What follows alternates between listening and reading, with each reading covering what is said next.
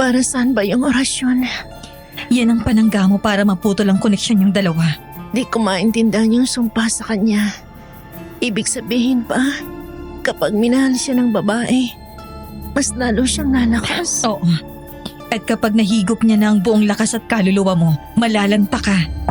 Tatanda habang siya mananatiling bata. Anong gagawin ko? Sasabihin ko lang yung oras pagkatapos tapos na. Hindi. Kailangan may maalala siya tungkol sa'yo. Yung sa beer house.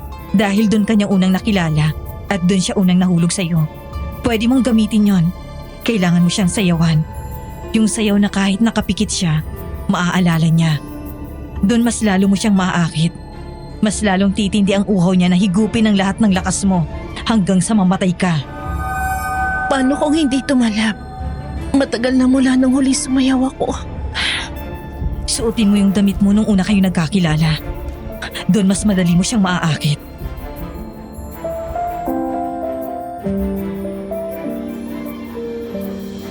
Alas 7:30 ng umaga nung linggo. Ang oras at araw ng sinulat ko ito. Dear Aswang Diaries and Madam Venus, wala sa plano ko ang magsulat sa channel ninyo kasi may journal naman ako na pwedeng sulatan sa lahat ng mga pinagdaanan ko. And then one time, dumaan ang isang thumbnail nyo sa YouTube carousel ko. Hindi ko na napigilan ang sarili kong pakinggan. Kaya mula noon, nagdesisyon akong bakit hindi ko subukan. Wala namang mawawala. Pinalitan ko lang lahat ng pangalan ng mga taong kasama ko rito sa sulat ko. Bilang respeto na rin sa mga private life nila. At ako, tawagin nyo na lang akong Aurora. Habang sinusulat ko to, ramdam ko pa rin ang kirot sa puso ko. Hindi ko pa rin kasi makalimutan kung paano naglaho sa harapan ko ang lalaking minsan ko ring minahal. Alam kong mahal niya rin ako, pero minsan hindi rin sapat yun. Lalo na kung kaakibat nito ang madilim na sikreto tungkol sa pagkatao niya na siyang ikukwento ko ngayon sa inyo. Ito nga palang kwento ng buhay ko ay tungkol sa isang dancer sa beer house na napadpad sa mansyon ng mayaman kong manliligaw.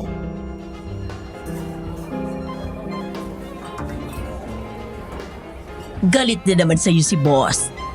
Ba't mo ba kasi iniwan yung customer sa table niya? Paano hindi ko iiwan kung bastos? Sinabihan ko na siyang bawal niya ako hipuan. Di naman ako GRO. Kaso ang kulit pa rin ng kamay. Buti nga di ko siya sinampal eh. Dancer ng beer house ang trabaho mo, tapos naghahangad ka ng respeto. Nag-iisip ka ba? Sa pagiging makatao na lang, Maylin. Ano naman? Ganun na ba siya kalibog para hindi maintindihan yung boundaries niya? Tsaka dancer ha, di pokpok. Ganun na rin yun, Aurora. Hindi naman sila yung mag-a-adjust sa kung ano gusto mo. Basta kapag babae na nagtatrabaho sa beer house, bar o club man yan, kahit pa nga waitress ka lang automatic ang tingin niya sa'yo ay bayaran. Kaya hindi ka pwedeng magreklamo kasi silang nagpapakain sa'yo. Di ko naman sila inutusang pumunta rito at bayaran ako para may table. Ang hirap mong paliwanagan. Pag ganyan ka, asahan mong hindi ka tatagal sa trabahong to.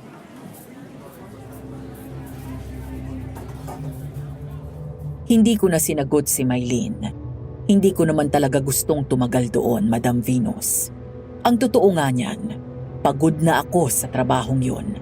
Nagtitiis lang naman ako dahil sa kapatid kong may sakit. Matagal na akong walang pangarap.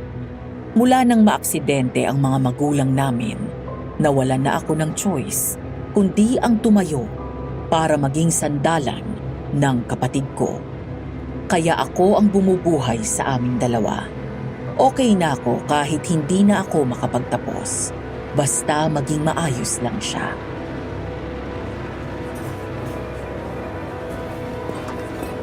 Ano ba?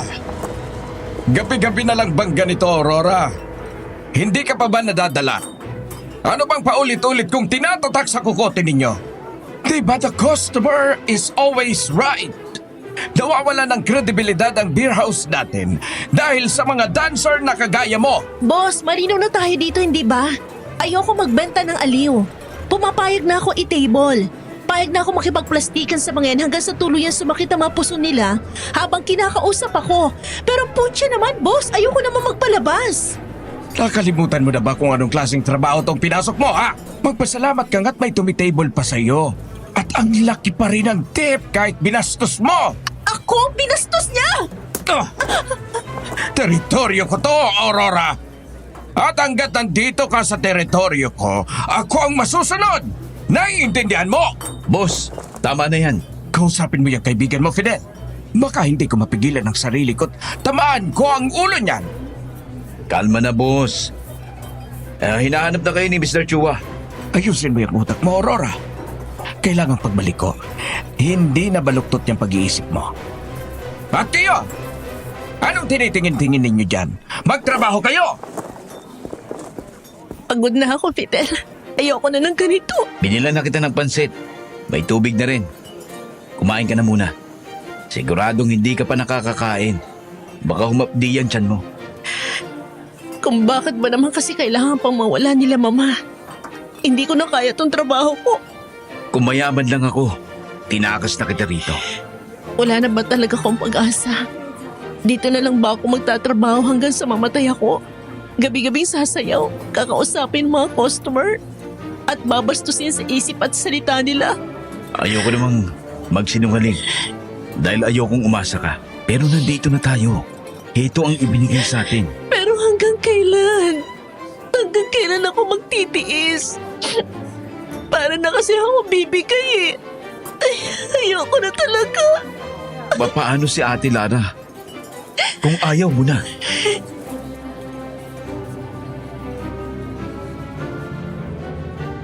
Mahigit 1 oras akong umiyak nun sa balikat ni Fidel.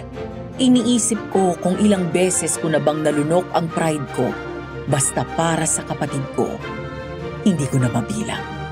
Naranasan ko rin noon na magnakaw para lang makabili ng gamot niya noong minsang inatake ng sakit niya. At nung minsan din siyang naospital, kahit alam kong hindi naman magiging sapat, sinubukan kong mamalimos sa harap ng simbahan, pati na rin sa jeep. Doon ko nakilala si Matthew. Siya ang nagbayad ng hospital fees ni Ate Lara. Basta ang kapalit, magtatrabaho ako sa beer house niya bilang isang dancer. Yun na rin ang pinakamatagal kong naging trabaho sa tanang buhay ko.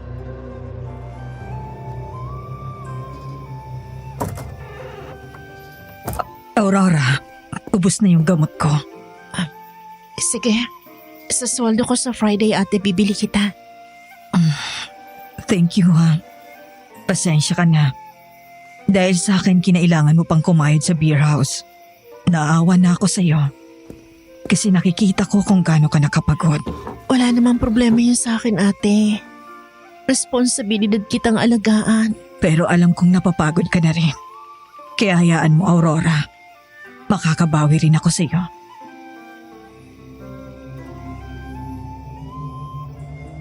Mula nung mawala ang magulang namin, si Ate Lara ang nagsilbing inspirasyon ko para gustuhin pang mabuhay. Kaya kada mararamdaman ko ang pagod, aalalahanin ko lang ang rason kung bakit ko nga ba ginagawang magsayaw tuwing gabi. Doon papasok ang picture ni Ate Lara sa utak ko at magiging dahilan para muli akong magpatuloy. Kasi iniisip ko, kung titigil ako sa ginagawa ko, sino ang magpapagamot sa kanya kung hindi ako? Naka-maintenance na kasi siya dahil sa diabetes at high blood pressure niya. Kaya nang makilala ko si Janmi, sabi ko, baka siya na ang sagot sa mga dasal ko.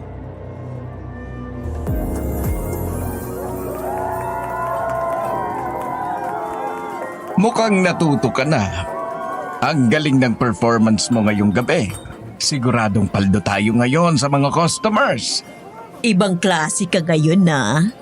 Anong kaluluwa ba yan sumapi sa'yo at ang tindi? Kailangan eh.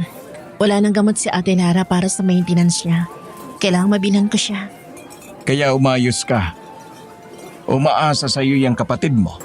Win-win situation naman tayo dito, Aurora. Mabibilhan mo ng gamot ang kapatid mo. Kikita naman ng malaki ang beer house. Kaya sumunod ka lang sa kung anong sabihin ko. Wala tayo magiging problema. Naiintindihan mo? Oo, boss. Boss, may gustong mag-table kay Aurora. Sino? Si Mr. Sebastian. OMG! Ang swerte mo, girl. Gwapo na, gentleman pa. Malaki pa magbigay ng tip. Naging customer mo na ba yan, Maylin? Sa yung dating nag-bid kay Angela, boss. 3 years ago. Yung nag-donate ng 1 million sa beer house. 1 million? Oo naman, girl. Pag na-tsempuhan mo siya, swerte ka. Kasi malaki talaga magbigay ng tip yun. Kasi malaki talaga mag-tip yan. Grabe in-offer niya sa akin dati. Nasiyangan nga akong tinanggihan ko eh.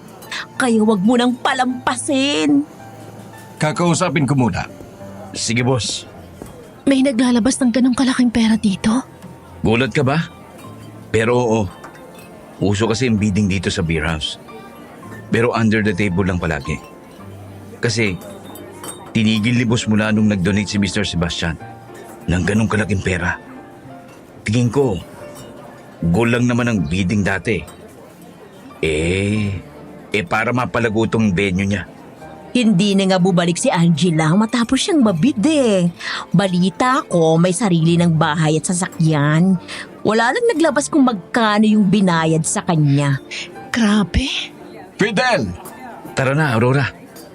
Dadali na kita sa table niya. Ikaw, Maylin, mag-ready ka na. Ikaw nang susunod na magpe-perform. Walang problema. Gagalingan ko na lang. Malay mo, mahigitan kong performance ni Aurora.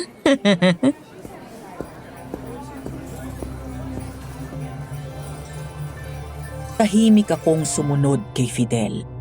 Ramdam ko noon lahat ng malalagkit na titig na binabato sa akin ng mga lalaking nalalampasan namin ang table.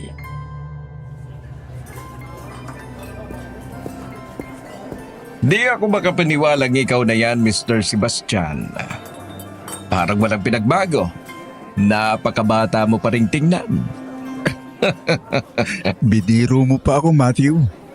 Sir, ito na po si Aurora. Magandang gabi po, Mr. Sebastian. Masyadong formal ang Mr. Sebastian. Pwede namang Janmi. Janmi na lang.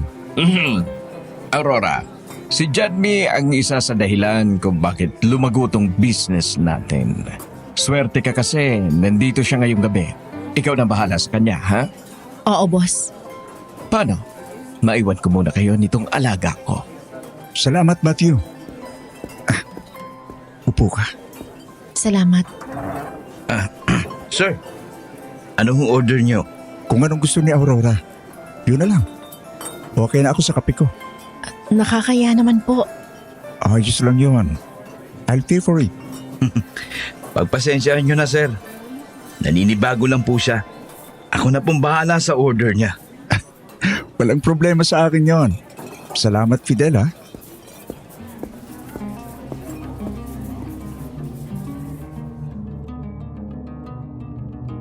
Naiwan kaming dalawang tahimik. Parang walang gustong magsalita. Aaminin ko, na starstruck ako sa kanya. Moreno, chinito, matangos ang ilong, at ang sarap pakinggan ng boses niya pag nagsasalita, Madam Venus. Pakiramdam ko nga, crush ko na siya.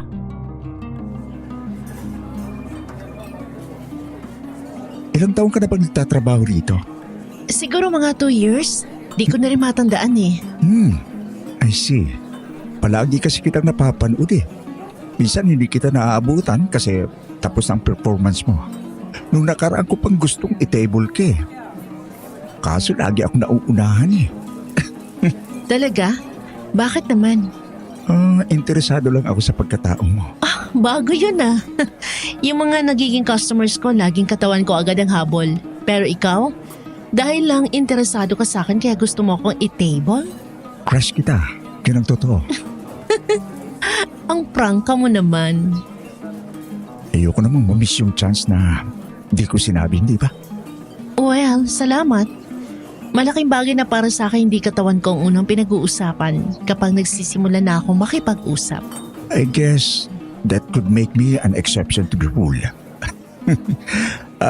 Bakit ito pala yung napili mong trabaho? Eto lang kinaya eh. Hindi rin kasi ako nakapagtapos ng high school. May magulang ka pa ba? Wala na. Namatay sila sa aksidente kaya mula noon, ako nang bumubuhay sa aming dalawa ng kapatid ko. Nag-aaral ka pa? Hindi. Mas matanda siya sa akin. Pero may sakit kasi siya kaya kailangan ko talagang pagbutin yung pagtatrabaho para sa kanya. Hindi ka naman ba napapagod dito sa trabaho mo? Anong hindi? Sobrang pagod na nga ako sa totoo lang eh. Feel ko anytime babagsak na yung katawan ko. Idagdag mo pa yung mga customers na di ko alam kung aling ulo ba yung gumagana sa kanila. Pero wala eh. Kailangan ko magtiis. Gusto mo bang matapos ng paghihirap mo? Oo naman. Lagi kong dasal yan. Na sana may makilala ko na magtataka sa akin sa ganitong mundo. Ayoko na rin kasi magtiis na lang. Then, come with me. Saan? Sa bahay ko. Akong bahala sa'yo. Clothes, foods, allowance, lahat. Kahit ako pa ang magpagamot sa kapatid mo. Teka, seryoso ka ba? Ang bilis mo naman. Wala naman sa bilis yan eh. Sa chances yan. Hindi lahat kayang gawin ang ginagawa ko. Oo nga, pero bakit ako? Dahil gusto kita. At naiintindihan ko ang hirap ng sitwasyon mo ngayon. Ayoko lang na habang buhay kang magtitiis sa ganyang estado. Kaya kung papayag ka, isasama kita sa amin. Wala ka nang kailangang problemahin na kahit ano.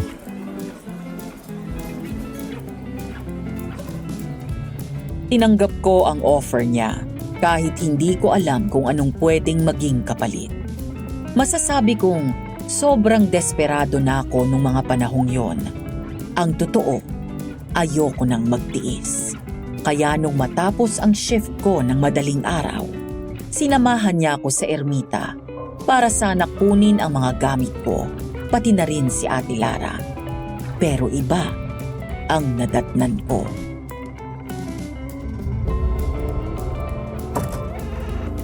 Ate Lara! Ate Lara, anong nangyari sa'yo? Ano to? Anong nangyari, Aurora? Ate! Hindi ko mapapatawad ang gumawa sa'yo nito! Jerry! Ate! Tulungan mo kami!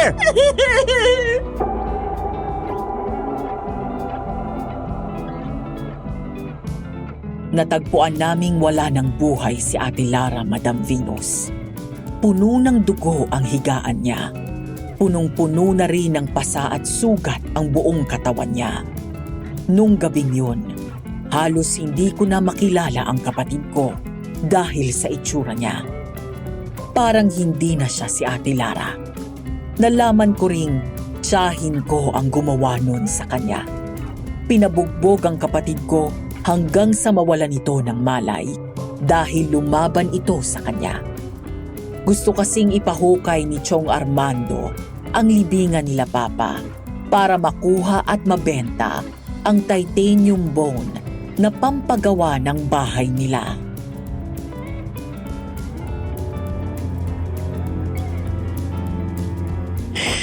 Demonyo kayong lahat! Mga wala kayong puso! Sana mamatay na kayo! Ikaw ang lumayas sa pamamahay ko, Aurora! Hindi mo na ako ginalang! Talagang bastos kang bata ka! Hindi mo makukuha ang gusto mo, Tio Armando! Isinusumpa ko! Mapupunta kayong lahat sa impyerno! Punta na rito ang abogado ko. Siya nang bahalang kumausap sa inyo. Pagkatapos naming ipakremate ang katawan ni Ate Lara, isinama na ako ni Johnny papunta sa bahay niya. Nung mga panahong yon, wala na talaga akong pakialam kung ako ba ang susunod na mawawala. Basta ang gusto ko lang, makatakas sa realidad. Dahil nakakapagod doon. At hindi na rin talaga kaya pa ng katawan ko na indahin lahat ng problema.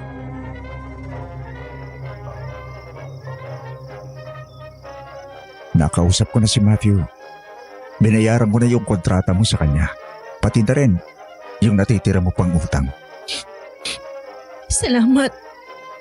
Hindi ko talaga alam ang gagawin ko kung wala ka, Janmi. Huwag ka na mag-alala. Hanggat na andito ako, walang makakapanakit sa'yo.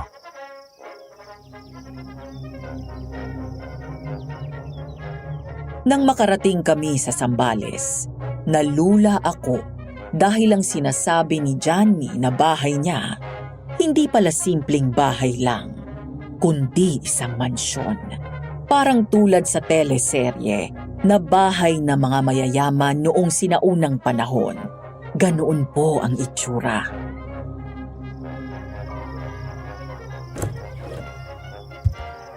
Welcome back, Sir Janmi. Pakidala nitong gamit ni Aurora sa master's bedroom. Bahay pa talaga to? O mansyon? Kahit anong gusto mong itawag, basta maging komportable ka sa buhay mo. Saan ko ilalagay itong jar, Sir Janmi? Pwede po ba sa magiging kwarto ko na lang? Sundin mong sinabi niya, Jerry. Ikaw na mag-isa rito? Oo. Kaya ang lungkot ng bahay na to.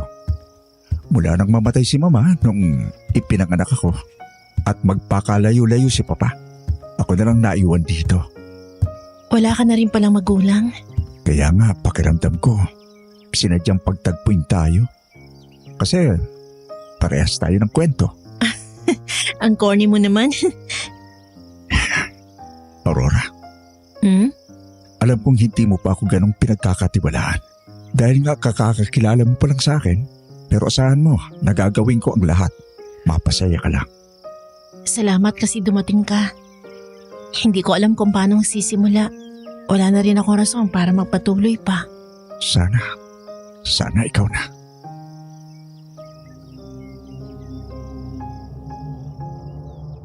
Hinayaan ko siyang yakapin ako nung gabing yon. Pero ang hindi ko alam, yun na pala ang simula ng mitya ng buhay ko.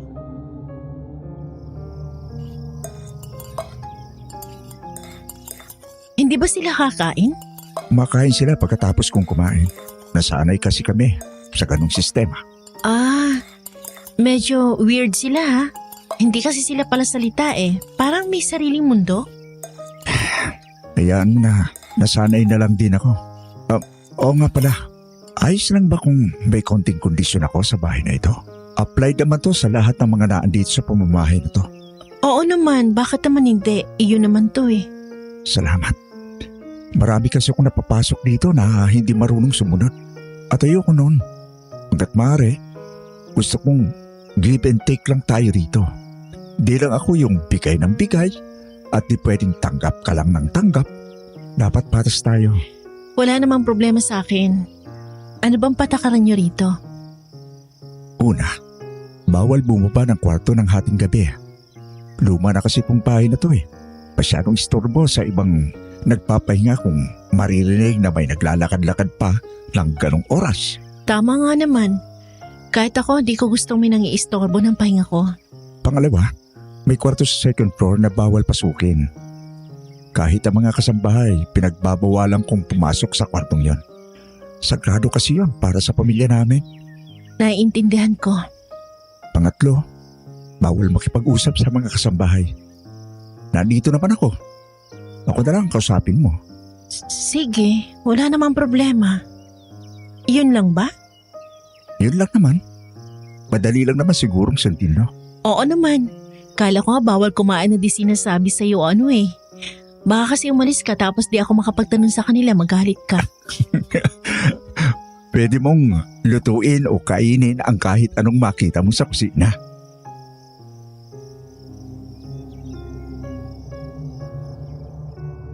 Lumipas ang mga linggo.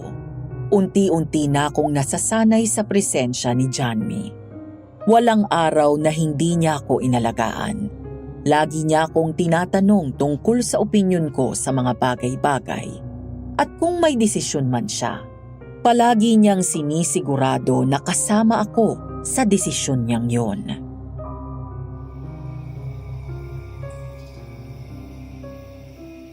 Masay ka ba rito? Masaya.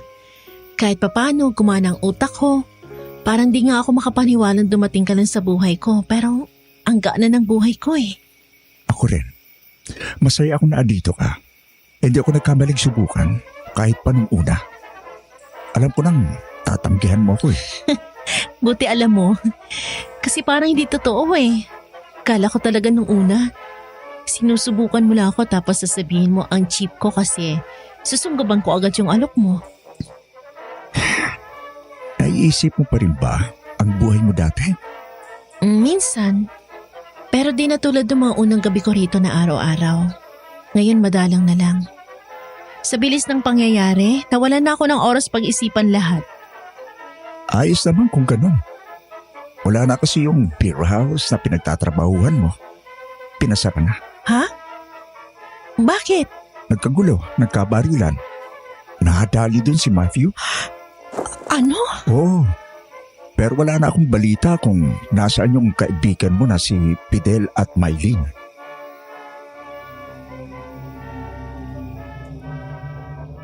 Hanggang sa makabalik ako sa kwarto ko, hindi pa rin matanggal sa isip ko na wala na si Boss Matthew. Malaki pa rin kasi ang utang na loob ko sa taong yon, kahit madalas niyang binabasag ang ulo ko.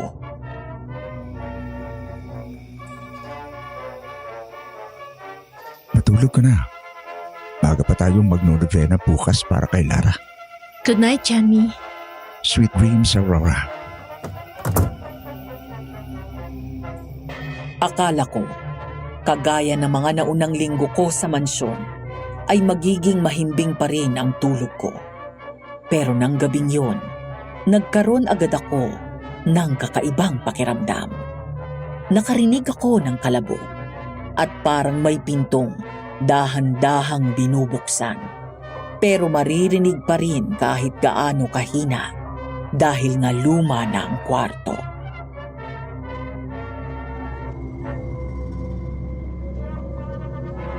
Ano yon? Jamie? Ang lamig. Nakarinig ako ng mahihinang yabag na pababa ng hagdan. Gustuhin ko mang silipin kung sino yun. Naalala ko ang patakaran ni Janme. Sa ilang linggo ko roon, noon ko palang narinig ang ingay na yon. Kaya naisip ko, hindi kaya sila mapapagalitan ni Janme kung mahuli sila nito? Bahala na. Itutulog ko na lang ito. Nung mag-umaga, nagising ako na mabigat ang pakiramdam, Madam Venus. Yun bang parang may nakadagan sa dibdib ko na pinahihirapan akong huminga. Ramdam ko rin ang kaunting pawis sa noo ko kahit pa naka-aircon naman ang kwarto.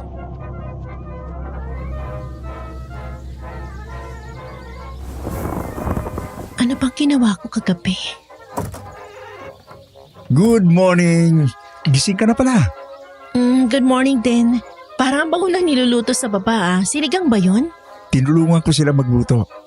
Favorite mo yan, sabi mo sa akin nung isang gabi. Di ba? Naalala mo pa?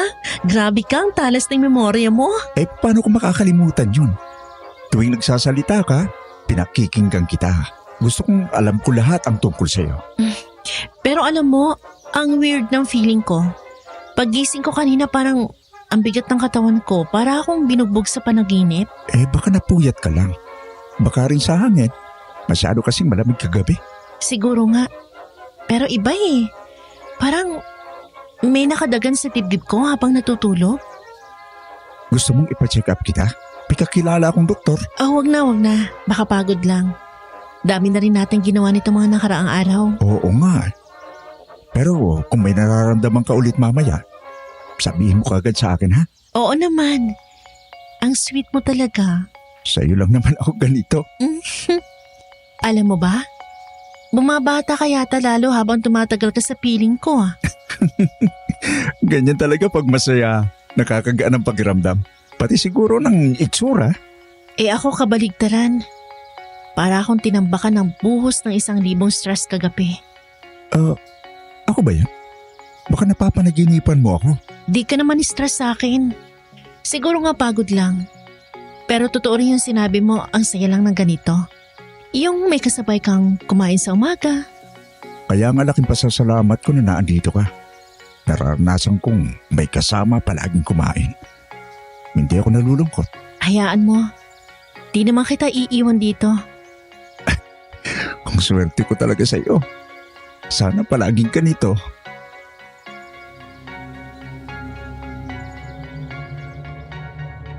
Wala naman akong napansin na masama dati. Para kasing normal ang lahat. Ipagluluto niya ako ng pagkain. Minsan, sasamahan niya ako sa gazebo para magmuni-muni. Makikipagkwentuhan. Sabay kaming maghahapunan.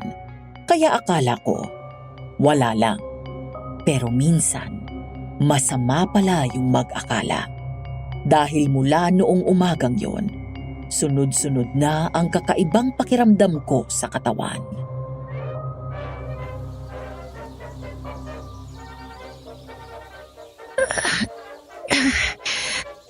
Ang bigat. Bakit ba parang lagi may nakadagan sa akin tuwing gabi? Sakit ang bato ko ah. Hala, ano to? Basa? Saan ang galing to? Sandali lang. Ma'am, nandito na po yung agahan niyo. Pasok na. Hindi pa po gising si Sir Janmi kaya ako nang naghatid nitong pagkain niyo. Crystal, wait. Tanong lang. Bawal ba talaga ako makipag-usap sa inyo? Basta hindi maririnig ni Sir, okay lang po. Salamat, Lord. Kasi kailangan ko ng kausap. Ma'am, okay lang po ba talaga kayo? Ang putla niyo. Hindi ko nga alam eh. Parang gabi-gabi may kung anong nangyayari sa katawan ko. Pagising ko, pagod ako. May mga pasa ako sa katawan at hindi ko maalala kung paano nangyari. Ma'am, may mga bagay po kasing hindi pwedeng ipaliwanag dito. Kaya ng ano? Paki-explain naman, naiinis na ako eh. Basta po, bantayan niyo na lang yung pakiramdam niyo tuwing gabi. Huwag kayong pabigla-bigla sa kilos. At kung may marinig po kayong dasal, huwag niyong sasabayan. Dasal? Anong dasal? May narinig na nga ako minsan, parang Latin? May nagno-novena ba dito ng madaling araw? Huwag niyong banggitin yan kay Sir. Magagalit siya sa'yo pag nalaman niyang gising ka pa ng madaling araw. Okay, sorry. Crystal, pwede pa ba ako magtanong mamaya? Kung ako pa rin na maghahatid ng hapunan niyo, sige po. Pero wag po ngayon. Pababa na si Sir. Magpahinga na po kayo, ma'am. Gising na po siya. Sa huli, hindi ko rin nagawang magtanong kasi nakadikit sa akin si Janmi buong araw. Ayos ka lang ba talaga? Parang kanina ka pang umaga matamlay. Di ko nga alam eh. Simula nung nakaraan ganito na.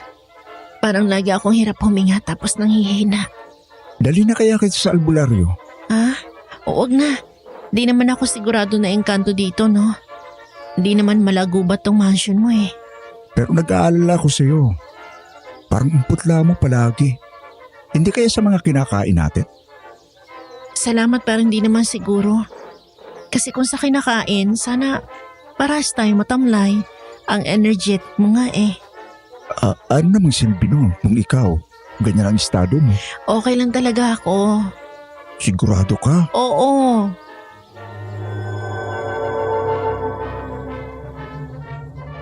Pagkatapos naming kumain, umalis muna si Janmi. Ang sabi, may pupuntahan daw. Sinubukan kong itulog yung pagod na nararamdaman ko. Iniisip ko na lang, baka dinadalaw ako ni Ate Lara o ni Mama. Pero nung mga panahong yon, alam nilang hindi pa ako handang sumama sa kanila.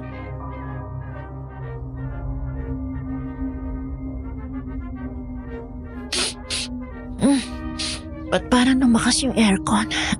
Ang lamig. Gabi-gabi na lang ba ganito rito? Antok lang yan, Aurora. Matulog ka na lang.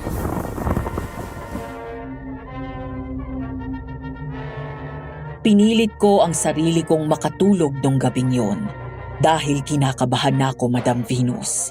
Pero kahit anong pilit ko, parang may mabigat sa dibdib ko. Hindi ko alam kung takot, pagod, o may kung anong bumabara sa loob ko.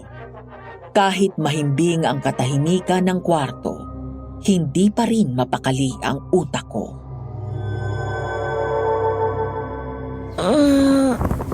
Sakit ng katawan ko. Nakatulog ba talaga ako? Ba't parang umaga na agad? Sinubukan kong tumayo sa kama, kahit parang binugbog ang buong katawan ko. Hindi na lang kasi pakiramdam ko ang mabigat. Pati likod at binti ko masakit na rin. Halos matumba ko dahil nangangalay ang binti ko. Pagharap ko sa salamin, nanlaki ang mata ko sa nakita ko sa katawan ko.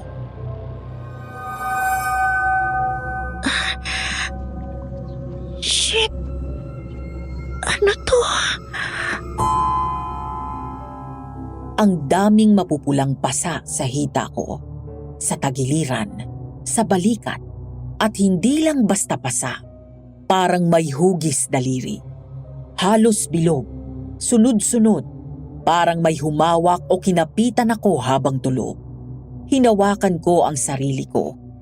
Wala akong lagnat. Wala rin akong maalalang kahit anong nangyari. Gulong-gulo ang utak ko.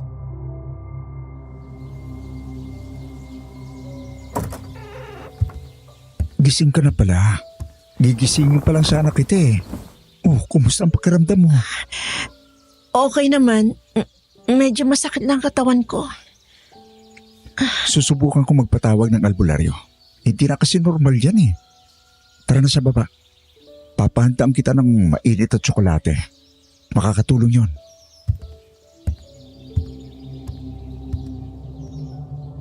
Pinilit kong ngumiti habang pababa kami. Pero habang naglalakad ako palapit sa kanya, napansin ko ang isang bagay sa bedsheet ng kama ko. May bakas ng kulay kalawang. Parang dugo. Pero hindi ako sigurado. Basta alam kong hindi normal. Wala akong regla. Wala rin akong sugat.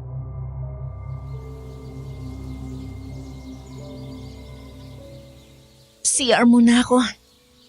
Sige. May initin muna ako sa oven. Manang, tanong lang. May nangyayari ba dito pag tulog na tayong lahat? Huwag kang masyadong magtanong, iha. Mas mapayapa ang bahay kapag tahimik lang tayo.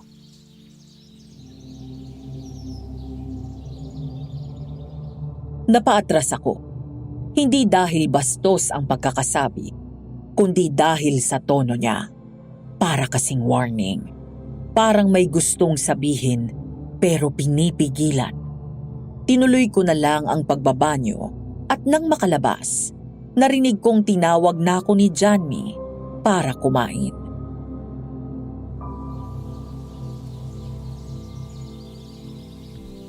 Aurora, ready na yung breakfast mo. Nandiyan na! Kumain ka na ng marami ha? Masarap yan. Salamat.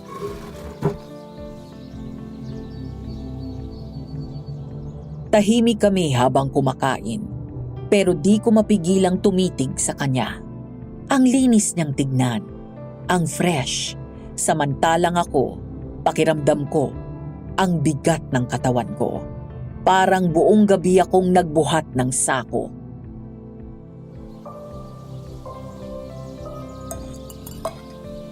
Bakit ganyan ka pakatingin? May dumi ba ako sa mukha? Wala naman. Masarap ba yung pagkain? Oo, masarap. Buti naman nagustuhan mo. Alam mo, napapansin ko, parang may kakaiba sa aura mo ngayon. Anong ibig mong sabihin? Parang, ewan ko, mas bumabata ka sa paningin ko. Niloloko mo naman ako eh. Pinapakain naman kita. Huwag mo na akong biruin ng ganyan. Hindi. Hindi ako nagbibiro. Parang iba kasi talaga or dahil ngayon lang kita natitigan talaga ng maayos. Baka naman in love ka na sa akin, tapos ayaw mo lang aminin. Baka nga no. Medyo lumalakas na yung kabog ng dibdib ko kapag nandyan ka na eh. Baka nga mahal mo na ako. Kung oo, anong gagawin mo? Saan? Sa nararamdaman ko, sasayangin mo ba? Paglalaruan? Hindi. Yun nga ang mas masarap eh. Yung minamahal ka, nakakaganang mabuhay, mas nakakabata.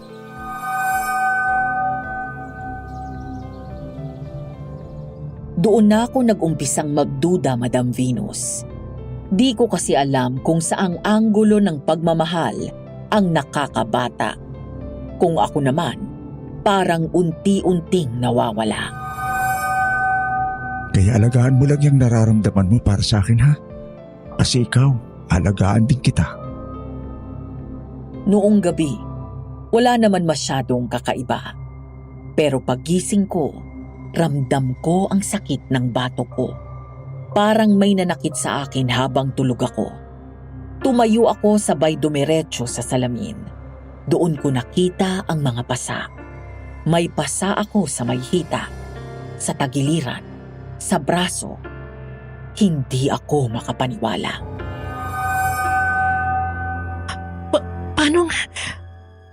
Anong nangyari sa akin?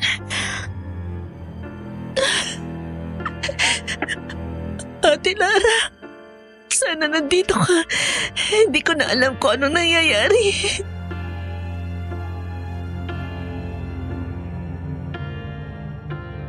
Wala naman akong natatandaang nabangga o nadapa ako.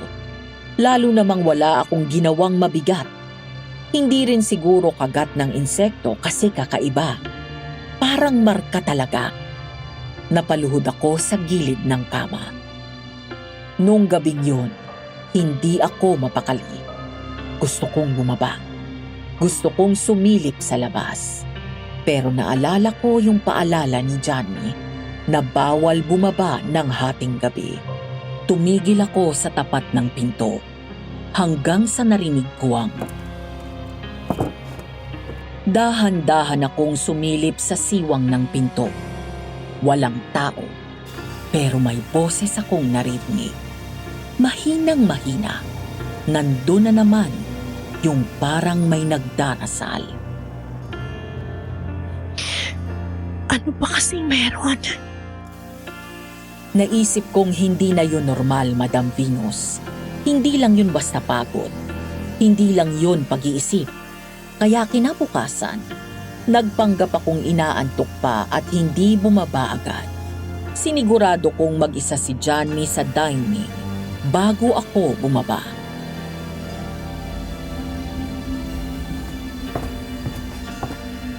Johnny, may tatanong ako.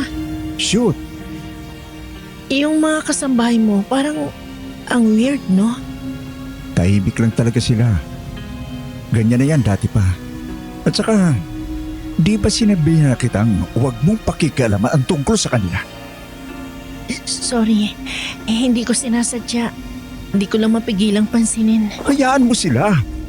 May sarili silang buhay. At ikaw meron din. Kung ano yung sinabi ko, yun lang ang sundin mo. At ikaw, parang lalo kang bumabata habang ako. Parang lalo nang hihina. Nag-iisip ka lang masyado. Wala akong ginagawang mabigat. Pero may mga sugat ako sa katawan. Baka nananaginip ka lang o baka sa panaginip mo sobra kang gumalaw.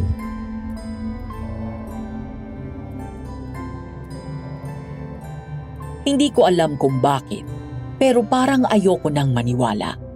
Hindi rin niya pinatawag yung albularyong sabi niya papupuntahin niya para i-check ako. Doon na nagsimula ang totoong takot. Doon ko naisip na baka may ginagawa siya habang tulog ako. Isang umaga, nakita ko ang isa sa mga kasambahay ni Johnny, si Crystal. Nakatayo siya sa hallway na para bang may hinihintay.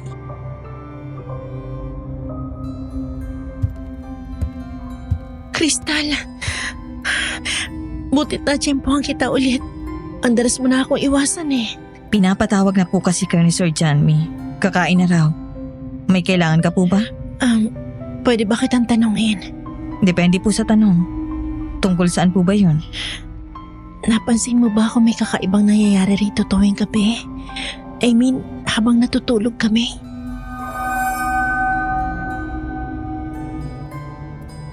Tumingin lang siya sa akin. Walang reaction. Pero hindi niya agad sinagot. Parang may sagot na iniisip. Pero tinitimbang kung dapat ba niyang sabihin.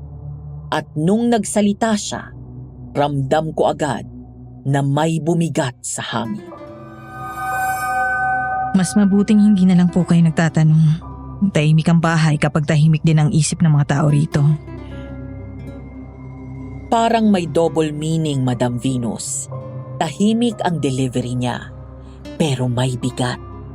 Parang may gustong sabihin, pero may humahad lang sa kanya. Parang may takot. At yon ang gusto kong malaman. Kung ano ang kinatatakutan niya. Ganun ba talaga rito? Ano po ba sa tingin nyo? Hindi eh. Para kasing iba nung nakaraan, hindi ganito. Hindi lahat ng bahay ay tahanan, Ma'am Aurora. Tapos, wala na. Bago pa ako makapagsalita ulit, tumalikod na siya. Diretso na sa dulo ng hallway. Hindi na lumingon. Parang sinadya niyang iwanan ako sa ere. Pagbaba ko, nadatnan ko agad si Janmi. Nakaayos na, presko, at nakangiti.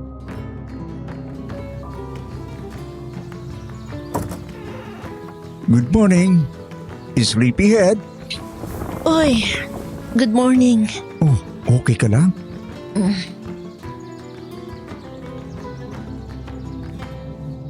Ngumiti ako kahit ang bigat ng katawan ko. Kahit ang dami kong tanong na hindi ko alam kung dapat ko na bang itanong. Kasi sa itsura niya, parang walang mali. Para siyang perpektong tao. Habang ako, parang unti-unti akong nawawala sa sarili ko.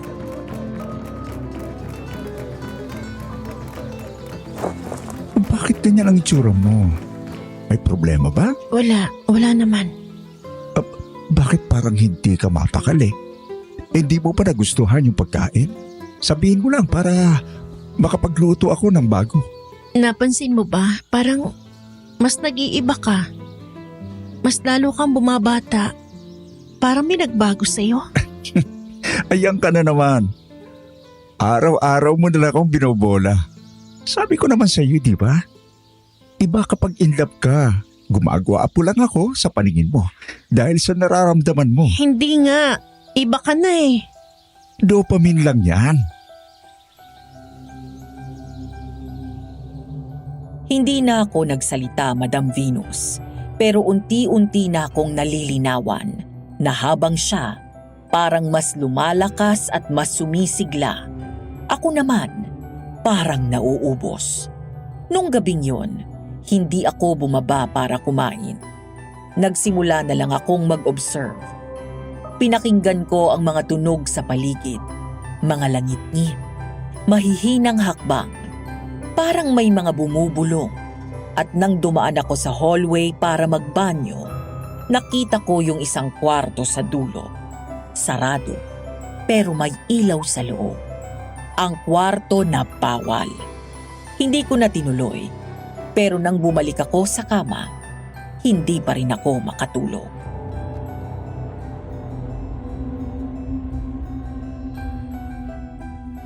Hindi ako makatulog.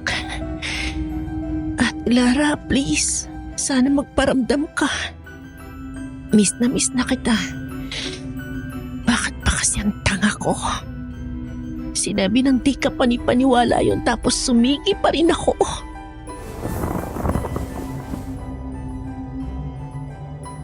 Hindi ko na napigilan ang sarili ko na bumangon sa kama at lumabas ng kwarto. Dahan-dahan lang ang bawat hakbang ko. Hanggang sa huminto ako sa harap ng sinasabi ni Janmi na bawal pasukin na kwarto. Oo, alam kong mali kasi pinagbawal nung una pa lang. Kaso hindi ko talaga mapigilan ang sarili ko nung mga oras na yon na alamin ang totoo, Madam Venus.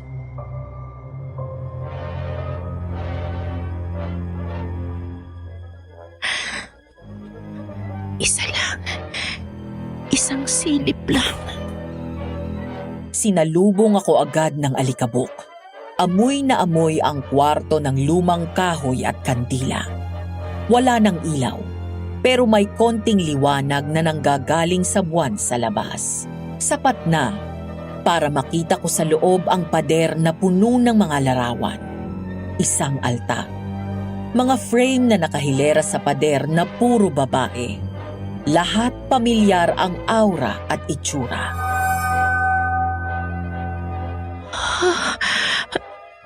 Mga dancer? Oo, kagaya ko sila, Madam Venus. Mga mukhang sanay sa entablag. May ngiting pilit. May takot sa mata. Sa isang frame, nakita ko ang isang babae na parang kilala ko. Parang si Angela, yung dating nawala sa beer house. Yung sabi nila na nagbid si Johnny at binigyan siya ng bahay kaya hindi na bumalik. Pero mas lalo akong natigilan nang mapansin kong kasama nila si Johnny. Sa lahat ng picture, nandun siya. Nasa tabi, laging nakaakbay, at hindi tumatanda. Parang hindi nagbabago ang itsura. Anong meron? Lapit ako ng lapit sa altar. May mga punit na costume, ribbon, panyo, pulbos, at ang pinakasentro, may isang bote na may likido, kulay pula, at may nakaukit na pangalan ko sa ilalim. Ako? Bakit ako? Johnny? Wala akong nakita sa hallway, pero ramdam kong may iba roon. May nakatingin sa akin. Sa takot ko, tumakbo ako palabas ng kwarto at sinara agad ang pinto. Halos hindi ako makahinga. Pagbalik ko sa kwarto, kinilabutan ako sa sarili ko. Hindi ko alam kung umiiyak ako dahil sa takot o dahil sa galit sa sarili kong hindi ko ito nakita agad. Pero isang bagay ang malinaw. Si Johnny, hindi lang siya basta lalaking di mo kayang tanggihan. Isa siyang nilalang na may kapangyarihang hindi ko pa lubos maintindihan. At ako, mukhang magiging kagaya ko yung mga babae na nasa pader.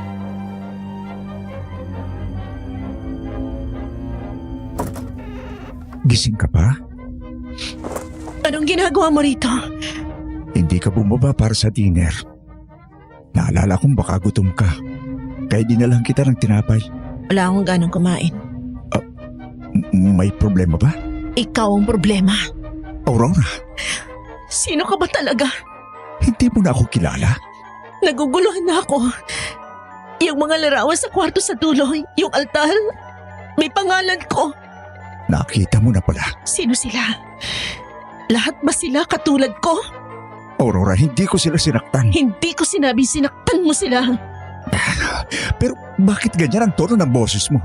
Parang inaakusahan mo ako. Naguguluhan kasi ako, Johnny.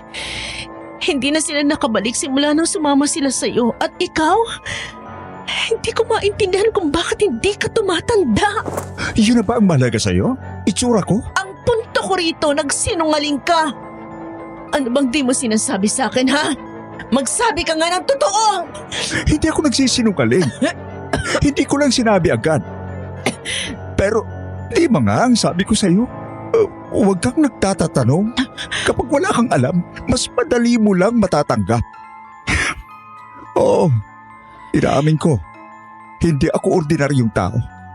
May bagay sa akin na hindi mo maintindihan sa ngayon. Pero Aurora, Isa lang ang totoo. Ano? Minahal kita. At alam kong kahit galit ka, kahit takot ka, ay may parte sa iyong minahal din ako.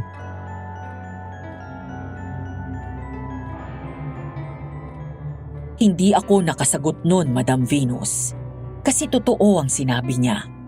Kahit alam kong may mali, kahit alam kong hindi siya normal, ay may parte sa akin ang nagustuhan ang pag-aalaga niya. Ang init ng mga yakap niya. At ang boses niyang laging sinisiguradong ligtas ako sa piling niya.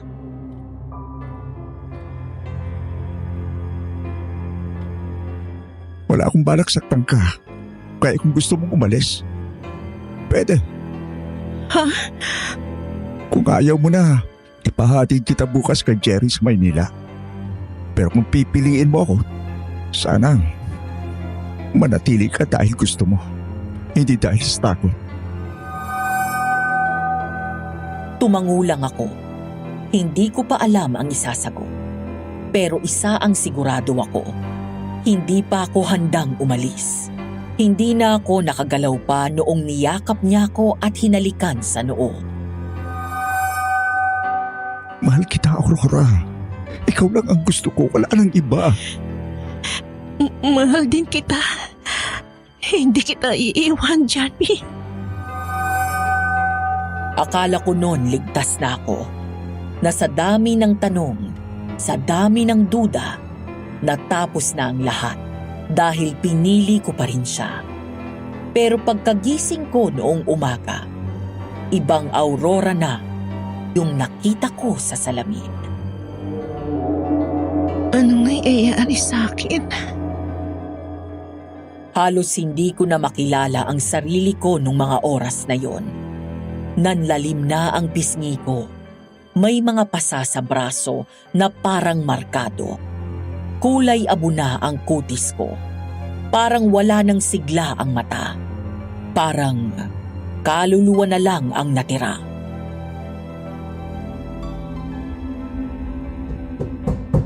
Aurora? Bakit hindi ka bumaba ulit? Johnny, hindi ako magagalaw. Paano?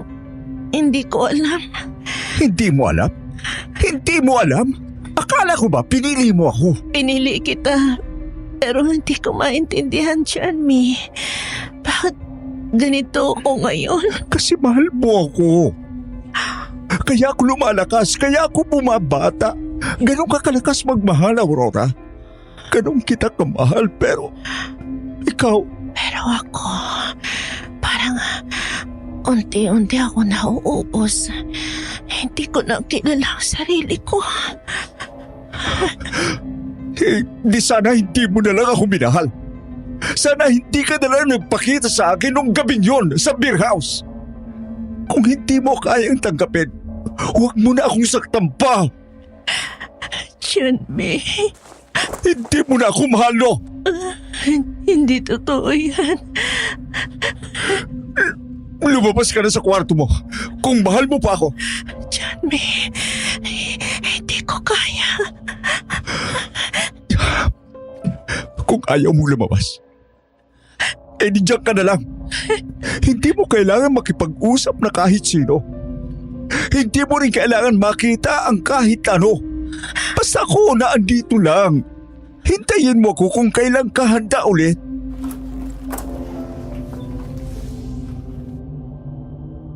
Nang tumunog ang kandado sa labas ng pinto, doon ako tuluyang napaupo sa malamig na sahig.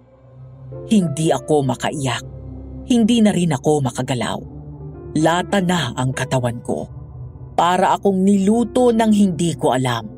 At habang papalayo ang mga yabag ni Johnny, doon ko lang na-realize na nahulog na talaga ako sa patibong niya at wala na akong takas.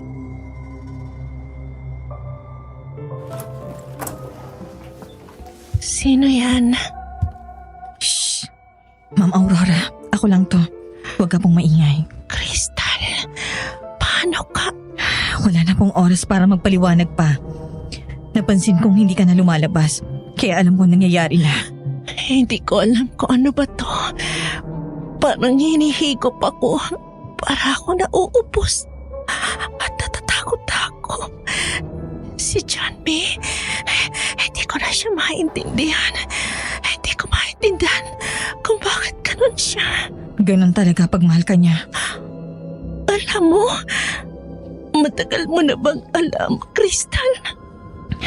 Hindi ko pwedeng sabihin dati dahil bawal. Alam mong pinagbabawal niyang kausapin mo kami. Ayaw niyang malaman mong tungkol sa tunay niyang pagkatao. Nalaman niyang kinausap kita at muntikan na niya akong patayin. Alam ko, naramdaman ko kaya ka biglang umiwas sa akin, di ba? Oo, pero ngayon delikado na. Hindi ka na makakawala rito basta-basta. Masyado na siyang nahumaling sa pagkatao mo. Masyado na siyang hulog sa'yo. Anong ibig mo sabihin? Isa siyang aswang. At hindi lang katawan at lakas mo ang inihigop niya, kundi pati na rin ang nararamdaman mo. Alaala mo, hanggang sa makalimutan mo na kung sino ka. Crystal, tulungan mo ako. Hindi ko na alam gagawin ko. Kaya nga po ako nandito. Basta sumunod ka lang sa sasabihin ko sa iyo. Magiging madali lang ang lahat. Paano? May alam akong orasyon, pero hindi pwedeng ako ang gagawa para sa iyo. Kailangan ikaw mismo. At kailangan mahal na mahal ka pa rin niya habang ginagawa mo yun para siguradong tatalab. Paano? Paano ko magagawa yun kung halos wala na akong lakas? Kaya mo pa. Nandyan pa yung puso mo. Hindi pa huli ang lahat. Pero Ma'am Aurora, Ano? kapag ginawa mo to, hindi lang siyang mawawala, kundi pati na rin ang lahat ng pinagsamahan nyo. Lahat ng akala mong totoo ay masasayang. Handa ka ba ron? Oo. Mas okay na yun kaysa unti-unti akong mamatay dito. Sige, bukas ng gabi, sa silong, pagtulog na siya, doon tayo magsisimula. Salamat. Salamat, Crystal.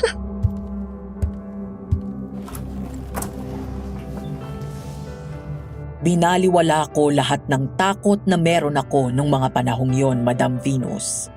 Pati na rin ang katotohanang aswang siya. Mas nangibabaw sa akin ang kagustuhan kong mabaw. Ang pagkatao ko na kinuha ng lalaking akala ko unay akong minahal. Doon ko lang din talaga naramdaman na may mas malaki pa palang laban sa pag-ibig. At yun, ang pagliligtas sa sarili. Kahit pa ang kalaban ay yung taong akala mo ligtas kang mahalin.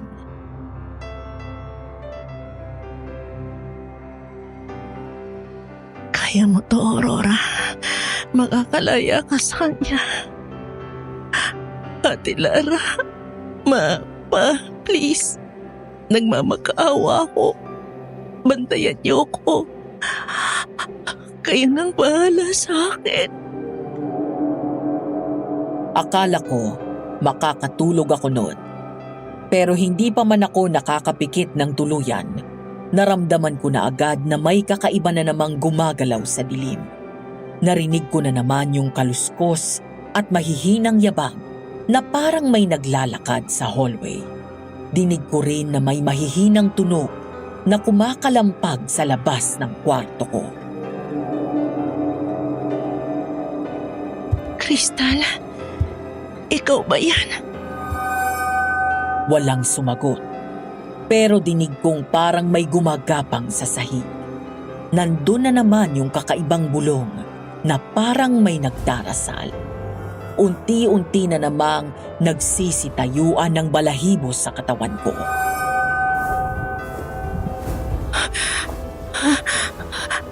Ano yun? Hindi ito normal.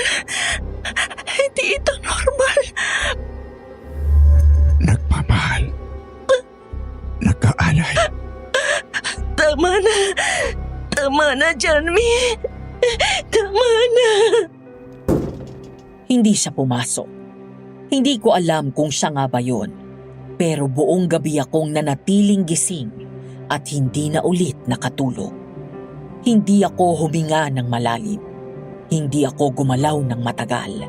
Kasi pakiramdam ko, isang maling galaw lang, may aabot sa akin. Crystal, sana dumating ka.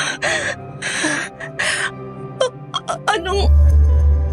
Sa puntong yon, mas naging mabigat na ang katawan ko. Mas maputla na ang balat ko. At parang tinuyo na ang kulay sa pisngi ko. Pati mga kuko ko, parang nangingitim. Hindi ko nakilala ang sarili ko, Madam Venus. At ang kinakatakutan ko na baka sa susunod, tuluyan ko na ring makalimutan lahat ng alaala ko.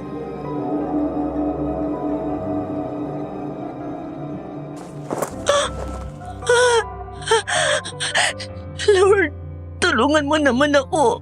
Ayoko na nito. Hindi na ito tama. Crystal, hindi ko na kaya. Gabi na ulit, ma'am. Kailangan magsimula na tayo. Hindi na ako to, Crystal. Kaya ko pa ba? Mababawi ko pa ba ang sarili ko sa kanya sa ganitong itsura? Naiintindihan kong takot mo. At oo, kaya mo pa. May oras pa. Pero hindi na natin pwedeng paabutin pa ng bukas. Papatay ba siya kapag napisto niya tayo? Papatayin niya ba tayo? Hindi niya kailangang pumatay. Sapat ng pag-ibig mo para mamatay ka sa kanya. Inalalayan ako ni Crystal papunta sa lugar na sinasabi niyang gagawin namin ang orasyon. Sa unang tingin, parang ordinaryong storage room lang tong pinuntahan namin, Madam Venus. Pero nung binuksan ni Crystal ang sahi, nakita kong may palapag pa pala sa ilalim. Mababa lang, halos kayang gapangin. Pero nandun lahat ng gamit niya. Mga lumat amoy insensong libro na may kung anong laman at isang maliit na altar na may dasal na hindi ko mabasa. Dito natin gagawin ang gagamitin mo para sa orasyon. Sigurado ka bang ligtas to? Wala namang ligtas kapag pagmamahal ang pinag-uusapan. Tahimik siya habang inaayos ang mga gamit niya. Habang ako naman, nananatiling nakatayo, nilalamig, kinakabahan, pero pilit kong tinatago at pilit na pinatatapang ang sarili ko.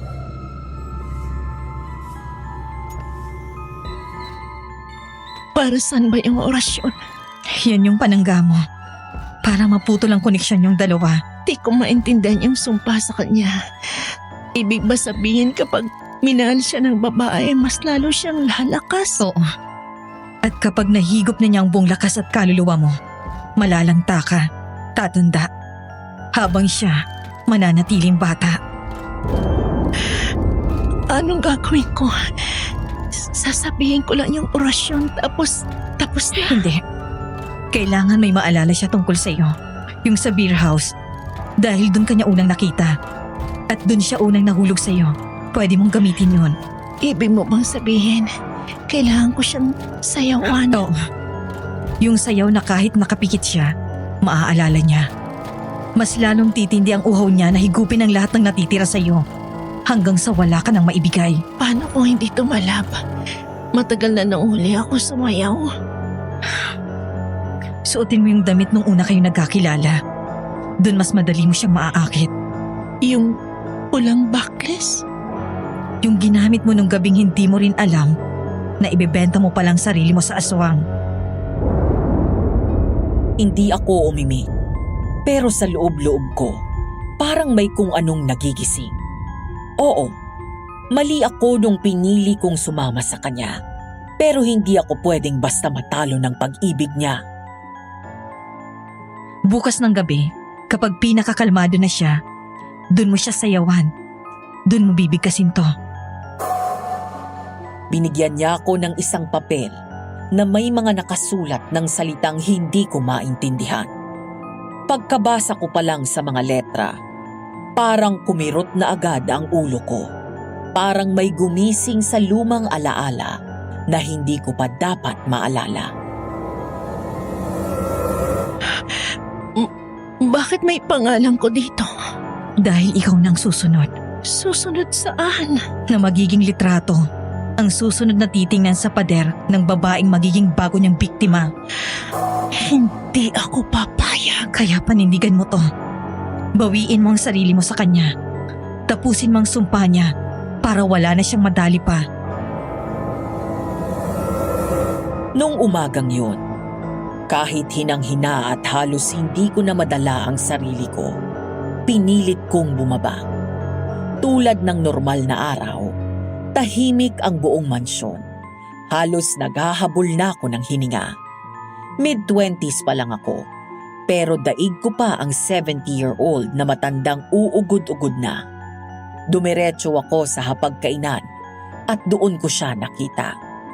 Mas bata, mas fresh, mas maaliwalas, at parang hindi man lang dumaan sa katandaan. Buti naman bumpa ka. Hindi ko na matiis. Gutom na rin kasi ako. Hindi ka kumain buong gabi, sabi ni Kristan. Nakakainis kang alagaan minsan eh. Eh di wag mo akong alagaan. Aurora, Bakit? hindi ko gustong ganito tayo. Ganitong paano? Eh ikaw lang naman gumagawa nito sa ating dalawa. Parang ang layo mo na sa akin. Parang hindi na ikaw yung Aurora na minahal ko. Bakit? Sino ba may kasalanan kung bakit tayo nagkakaganito? Hindi ba't ikaw? Kung may mali akong nagawa, sabihin mo, wag mo lang akong tratuhin na parang multo. Yan ba talaga, Janmi? O dahil ramdam mong hindi mo na ako napapakinabangan? Ganun ba kabigat ang iniisip mo tungkol sa akin? Bakit? Ano bang inaasahan mong iisipin ko? Na tagapagtanggol kita? Na mahal mo ko? At niligtas lang sa tuluyang pagguho ng mundo ko? Hindi sa ganon. Kaya wag ka rin umasa ng paliwanag sa akin ngayon. Pakiusap lang. Pakiusap, wag mo akong paalisin sa sarili kong mundo. Hindi ko kailangan. Ako naman ang bisita rito, diba? Ikaw ang nagpapaalis sa akin sa mundo ko. Hindi ka bisita. Ginusto kong naandito ka. Pero hindi mo sinabi kung bakit. Kasi mahal kita. Yun lang ang totoo. Mahal mo ko dahil kaya mo akong kontrolin o dahil kaya mo akong pagandahin habang unti-unti mo akong inuubos. Huwag mo akong saktan ng ganyan. Nakakaramdam ka pa rin pala. Hindi ko alam kung anong binabalak mo. Pero sana tandaan mo pa rin kung paano tayo nagsimula. Alam ko, sa entablado, sa sayaw, Sa nararamdaman natin para sa isa't isa. baka nga yun ang pinakamalaking pagkakamali ko. Maling nahulog ako sa tulad mo. Kahit ganyan ka, mahal pa rin kita. Ikaw lang ang para sa akin, Aurora. Tumigil ka na. Ihahatid ko na po si Ma'am Aurora sa kwarto niya, sir. Ako na rin pong bahala sa pagkain niya. Pasuyo na lang ako, Kristan. Kailangan niya ng magpahinga. Ayoko ng pagmamahal mo, Janmi. Lamunin mo yan kung gusto mo. Pero pagod na ako. Gusto ko nang makalaya sa'yo. Kaya pa. Nakita ko sa mga mata niyang may nararamdaman pa siya para sa'yo. Kailangan pa ba talagang umabot sa ganito? Hindi mo pwedeng mahal niya na lang ako. Hindi dahil may masama siyang balak. Minsan ko na rin pinangarap yan. Kaya buti na lang, hindi ako tuluyang nahulog sa kanya. Anong ibig mo sabihin? Naging biktima ka na rin ba niya? Oo. Dati akong waitress sa isang beer house nang makilala ko siya. Kamamatay lang ng mga magulang ko noon. Kaya lugmok ako habang nagtatrabaho. Tapos pinagservan ko siya. Nakuha niya ako sa mga ngiti niya. At doon na nagsimulang lahat. Ibig mo sabihin? Lahat ng mga kasambahay niya. Hindi lang basta kasambahay. Lahat kami konektado sa kanya. Kaya bawat biktima niya, pinagbabawalang makipag-usap sa amin. Kung ganun, ibig sabihin pati si Manong Fe na biktima rin niya. Oo. At kahit hindi kami nahulog sa kanya ng tuluyan, hindi pa rin kami makakaalis sa poder niya. Unless may gumawa nun para sa amin. At ikaw lang ang pag-asa namin. Makakalaya din ba kayo kapag nawala siya? Oo.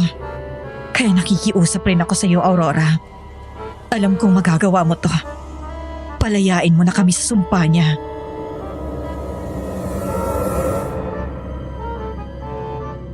Buong araw, nag-ipon ako ng lakas ng loob bilang paghahanda sa gabi ng ritual. Hindi ako sigurado kung pagkatapos ba ng gabing yun, tuluyan na kaming makakawala sa mga kamay niya. Pero tinapangan ko pa rin ang loob ko dahil gusto ko na talagang makalaya sa kanya. Naglakad ako pababa ng hagdan na parang wala lang. Sinuot ko ang pulang dress na siyang palagi kong sinusuot tuwing nasa entablado ako. Medyo masikip na at halatang luma, pero sapat pa rin para maalala niya. Tahimik ang paligid, walang ihip ng hangin, ng anino sa hallway. Tanging ilaw lang ng kandila ang gumagalaw sa loob ng sala. Nandun si Johnny, nakaupo sa may sofa, mag-isa. Parang malalim ang iniisip. Napalingon siya sa akin at nanlaki ang mga mata niya. Para bang nabura lahat ng iniisip niya.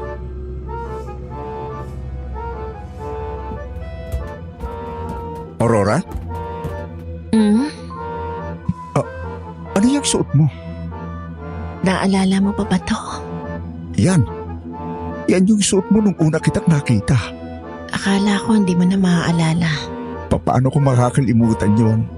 Kung tuwing pinanunood kita, pakiramdam ko, ikaw lang yung tao sa buong kwarto. At parang ikaw lang ang buhay. Namiss mo ba ako sa mga panahong hindi pa kita kilala? Araw-araw. Kahit hindi pa kita kilala, Ganun ba talaga?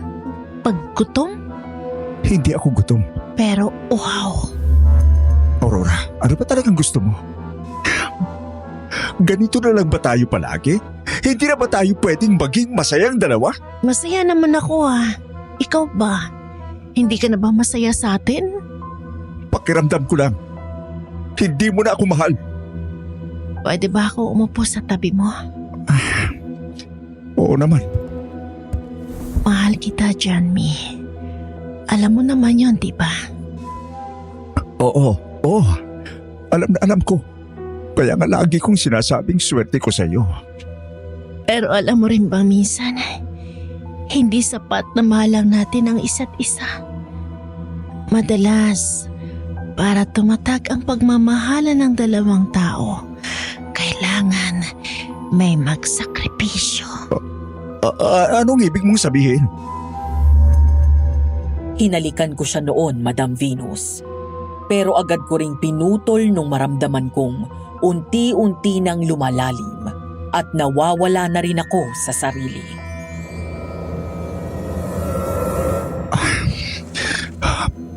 May problema ba? Pwede ba ako sumayaw? Bakit ngayon pa? Kasi gusto kong maalala mo kung ba't mo ako pinili. Para kung sakaling uli na ito, matandaan mo kung ba't mo ako minahal. Hindi ko kailangan alalahanin yon. Mahal pa rin kita ngayon. Manood ka lang. Huwag kang kikilos. Bakit? Huwag kang maingay. Para sa'yo to. Ikaw lang talaga nakakapagpahina sa akin ng ganito.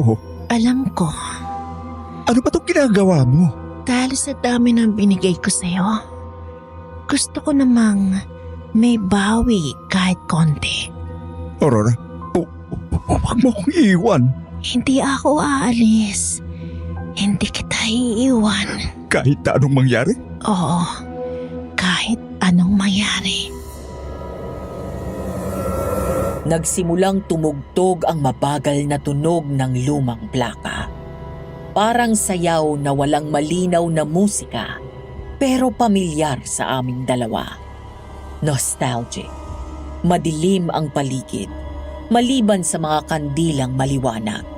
Unti-unti ring bumabalik sa isip ko ang mga gabi ko sa beer house na sana, kahit nakakapagod, sana nandun na lang ako. Sana hindi na lang ako sumama sa mansyon. Makinig ka lang ha. At kahit anong maramdaman mo, huwag kang lalapit. Natatakot ako. Hindi sa'yo, kundi dahil pakiramdam ko mawawala ka sa akin. Mahal mo ako, diba? Masigit pa roon. Kung ganon, huwag mo akong pipigilan. Dahan-dahan lang ang pagsasayaw ko. Maingat, malambing, pero mabigat. Dahil nagpapaalam na ako sa kanya. Sa liwanag ng apoy, sa ilalim ng buwan. Tinignan ako noon ni Johnny. Parang may naramdaman siyang hindi niya maipaliwanag. Aurora, Putulin ang tanikala ng laman at kaluluwa. anong ginagawa mo? Bumalik ako sa katawan ko, sa buhay ko. Hindi! Wag! Oh, hindi mo ako pwedeng iwan! Masakit ba yung nararamdaman mo ngayon? Aurora, Ganyan din ang pakiramdam ng mga babaeng silip-sip mo habang minamahal ka. Aurora, please! Alisin ang ugnayan. Putulin ang tali. Isang malakas na ihip ng hangin ang dumaan sa buong sala. Parang may pumutok mula sa altar.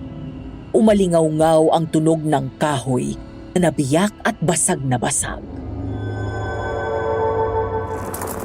Aurora! Kristal! Ngayon na! Biglang nagliyab ang altar. Naputol ang mga kandila.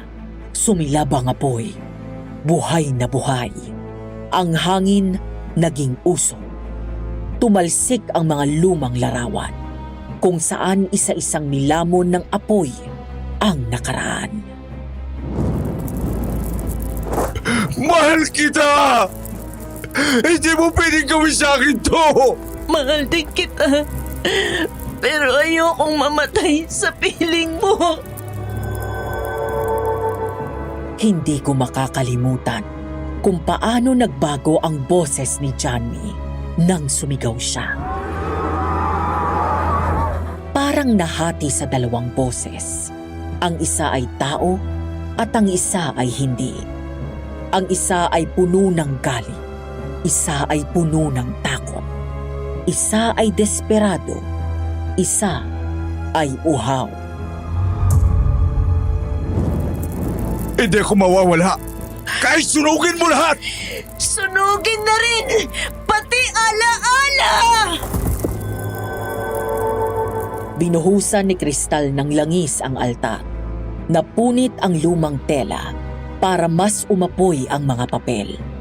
Gumuho ang altar sa gitna ng apoy. Isang tunog ang sumabog na parang may naputol na hininga.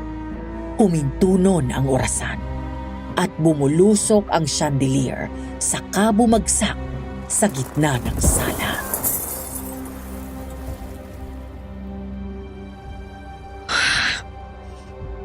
Tapos na. Wala na siya. Pero parang nandito pa rin siya. Ganun talaga. May sugat na kasi siyang iniwan sa'yo. Na sa susunod, pwedeng maging pekla. Ang dami kong binigay sa kanya. Pero ngayon, ikaw na ulit ang may hawak sa sarili mo.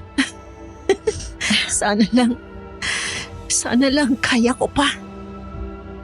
Pagkalma ng paligid, dahan-dahan kong inangat ang sarili ko mula sa sahig. Mabigat pa rin ang katawan, pero magaan na ang dibdib ko. Wala nang nakadagan. Wala na rin ang mga boses sa tenga ko. Nawala na rin ang malamig na kamay na humihila sa kaluluwa ko. Salamat. Manang Fe? Hindi ko inaasahan yon, Madam Venus. Nakatayo siya noon sa hagdan. Nakalugay ang buhok. Namumugto ang mga mata. Para siyang matandang nagising na mula sa mahabang bangungot. Akala namin Wala nang makakataka sa kanya. Pero ikaw ang unang lumaban. Hindi ko rin alam kung paano ko nagawa. Ginising mo kami. Matagal kaming natulog sa takot. Pero salamat sa iyo, Aurora. Malaya na ang bahay na to. Wala na akong naisagot nun kundi tango. Kung hindi rin naman dahil kay Kristal, baka naging isa na rin ako sa mga babaeng nasa larawan. Napatingin ako sa altar. Abo na lang ang natira. Wala na ang mga larawan. Wala na ang kandila. Wala na si John.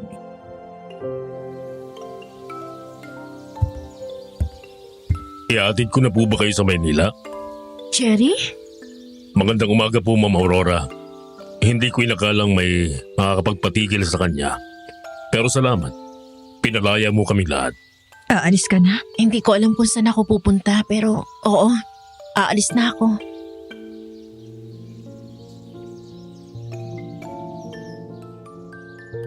Lumabas ako ng mansyon. Una kong napansin ang amoy ng lupa. Basa, sariwa at buhay. Sa unang pagkakataon sa maraming linggo, doon ko naramdaman ang init ng araw sa balat ko. Tapos ko na ang sayaw. Tapos na rin ang gabi. Aurora, wag mo sanang kalimutan na kahit papano, minahal ka rin niya. Alam ko, Manang. Pero mas mahal ko ang sarili ko. Tara na po. Naglakad ako palayo. Hinayaan kong akayin ako ni Jerry. Walang lingon. Walang luhang bumagsak. Tahimik lang ang hakbang ko sa sementadong daan. Sa wakas, may liwanag na sa harap ko. Dito na po nagtatapos ang kwento ko, Madam Venus. Oo, minahal ko si Johnny. At siguro, sa isang parte ng puso ko, mahal ko pa rin siya. Kasi hindi naman ganun kadaling kalimutan ang taong dumating sa buhay mo nung akala mong wala nang natitira. Pero ngayon, natutunan ko na may mga pagmamahal na hindi mo kailangang tapusin. Pero kailangan mong bitawan para mabuhay.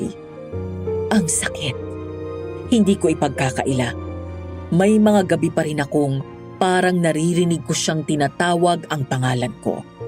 May mga umagang paggising ko, pakiramdam ko, hawak pa rin niya ang kamay ko. Pero mas pipiliin ko nang mamuhay sa katotohanan kesa mamatay sa kasinungalingan. Marami akong nawala. Oras, katawan, pagkatao. Pero ngayong tapos na ang lahat, may isa akong bagay na sigurado. Ako na ulit ito. Ako si Aurora. Hindi na babae sa entablado. Hindi na palamuti sa kwento ng iba. Ngayon, na ang nagsusulat ng kwento ko.